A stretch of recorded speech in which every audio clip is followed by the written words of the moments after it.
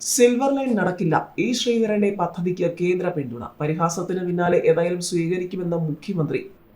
കേരളത്തിന്റെ സ്വപ്ന പദ്ധതിയായ silver line പ്രായോഗികമല്ലെന്നും നടപ്പാക്കാനാകില്ലെന്നും കേന്ദ്ര റെയിൽവേ മന്ത്രി അശ്വനി വൈഷ്ണവ് രാജ്യസഭയിൽ വ്യക്തമാക്കി.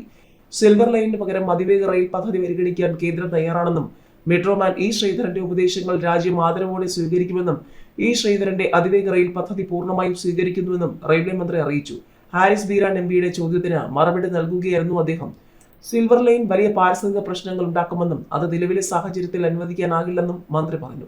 റെയിൽവേ പദ്ധതികളോട് കേരള സർക്കാർ തീരെ സഹകരിക്കുന്നില്ലെന്ന് മന്ത്രി കുറ്റപ്പെടുത്തി. പല പദ്ധതികൾക്കുമായി ഇതുവരെ 14% ഭൂമി മാത്രമാണ് ഏറ്റെടുത്ത് നൽകിയത്. ഈ വേഗതയിൽ പദ്ധതികൾ എങ്ങനെ പൂർത്തിയാക്കുമെന്ന് അദ്ദേഹം ചോദിച്ചു.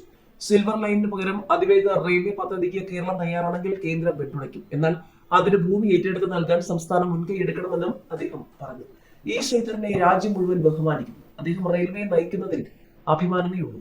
ഇപ്പോഴും അദ്ദേഹത്തിൽ നിന്ന് ഉപദേശങ്ങൾ സ്വീകരിക്കാറുണ്ട്.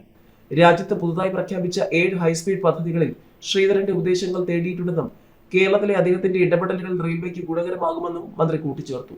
ശബരിപാതയുമായി ബന്ധപ്പെട്ട ഭൂമി ഏറ്റെടുക്കൽ നടപടികൾ മുഖ്യമന്ത്രി പെട്ടെന്ന് തുടങ്ങിയത് നിയമസഭാ തെരഞ്ഞെടുപ്പ് അടുത്തതിനാലാണെന്ന് മന്ത്രി പരിഹസിച്ചു. തെരഞ്ഞെടുപ്പ് കഴിഞ്ഞാലും ഈ ആവേശം തുടരുമോ എന്നറിയില്ലെന്നും BJP അധികാരത്തിൽ വന്നാൽ പദ്ധതികൾ ഉറപ്പായി നടപ്പാക്കുമെന്നും അദ്ദേഹം പറഞ്ഞു. ജോൺ ബ്രിട്ടാസ് എംപിയുടെ ചോദ്യങ്ങൾക്ക് മറുപടിയായിട്ടായിരുന്നു ഈ കടന്നാക്രമണം.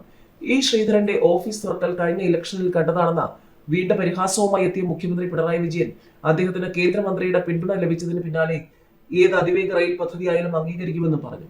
ഇ ശ്രീധരൻ കേരളത്തിന്റെ മുഖ്യമന്ത്രിയായി സ്വയം പ്രഖ്യാപനം നടത്തി. എന്നാൽ ശ്രീധരന്റെ പദ്ധതിയുമായി ബന്ധപ്പെട്ട ഒരു അനുമതിയും കേന്ദ്രം നൽകിയിട്ടില്ലെന്നും മുഖ്യമന്ത്രി പറഞ്ഞു. അതിവേഗ റെയിൽ ആരംഭിക്കാൻ കേന്ദ്രത്തിന്റെ അംഗീകാരം കിട്ടിയെന്നാണ് ഇ ശ്രീധരൻ പറയുന്നത്. അദ്ദേഹം ഓഫീസ് തുറന്നത് അദ്ദേഹത്തിന്റെ കാര്യമാണ്. അതുമായി ബന്ധപ്പെട്ട കൂടുതൽ പറയാനില്ല. ഇതുമായി ബന്ധപ്പെട്ട് കേന്ദ്രത്തിന്റെ ഭാഗത്തു നിന്നും ഒരു പ്രഖ്യാപനവും ഉണ്ടായിട്ടില്ലെന്നും കഴിഞ്ഞ നിയമസഭാ തെരഞ്ഞെടുപ്പിൽ സ്ഥാനാർത്ഥിയുടെ ഓഫീസ് മാത്രമല്ല MLA ഓഫീസും തെരഞ്ഞെടുപ്പ് സമയത്ത് ശ്രീധരൻ തുറന്നതാണെന്നും അതിവേഗ റെയിലുമായി ബന്ധപ്പെട്ട ഒരു പോസിറ്റീവ് സമീപനവും കേന്ദ്രത്തിന്റെ ഭാഗത്തു നിന്നും ഉണ്ടായിട്ടില്ലെന്നും മുഖ്യമന്ത്രി പറഞ്ഞിരുന്നു.